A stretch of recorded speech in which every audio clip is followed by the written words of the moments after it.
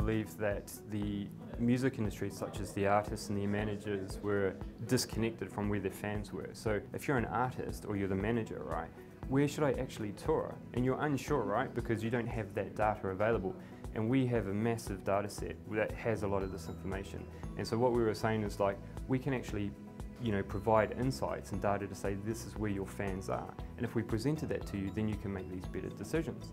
And as we were going through, they were saying, well, you know what? We actually have our own tour schedules anyway, and sometimes it's driven by the record labels. So yeah, that's interesting to know, but it's not a drop-dead requirement that we need. So then you start thinking, well, like, if you don't really need this so much and we're trying to offer this to you as a product in the end, and it doesn't sound like you're going to purchase it, then maybe that's not something that we should be focusing on. And so what we decided to do, and this is kind of where the real guts came out of it, is we decided to invest an additional 2 months in investigating other industries. So this was kind of like a micro pivot, right? And in these other verticals, so in the ad tech space and also in the TV and film industry, these people were coming back and saying, yes, that is a problem. We don't have any insights into this.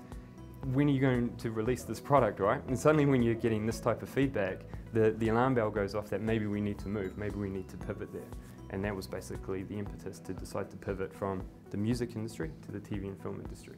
You get to a stage where you know that even though you've got all this information and you've progressed so far, that you know it would be wrong to go down there. So for us, we had invested at that stage 3 months of time, right? So we could say 3 months, let's stop now, and we could do the pivot, which is ultimately what we did, right? Or we could have said, let's just keep on going. But we knew that this was the wrong approach to take.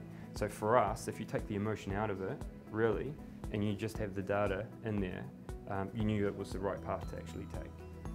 And the biggest thing which empowered us to be so agile in being able to pivot was that we didn't take the normal approach, where it's normally you have an idea and immediately you build a business case, you build a product, you know, kind of more of the waterfall approach there, and then you basically show it to the customers, which would be 8 months later, right? And then you get that valuable feedback, and they're saying, somewhat interesting, maybe a $9 a month offering, right, which isn't really going to scale.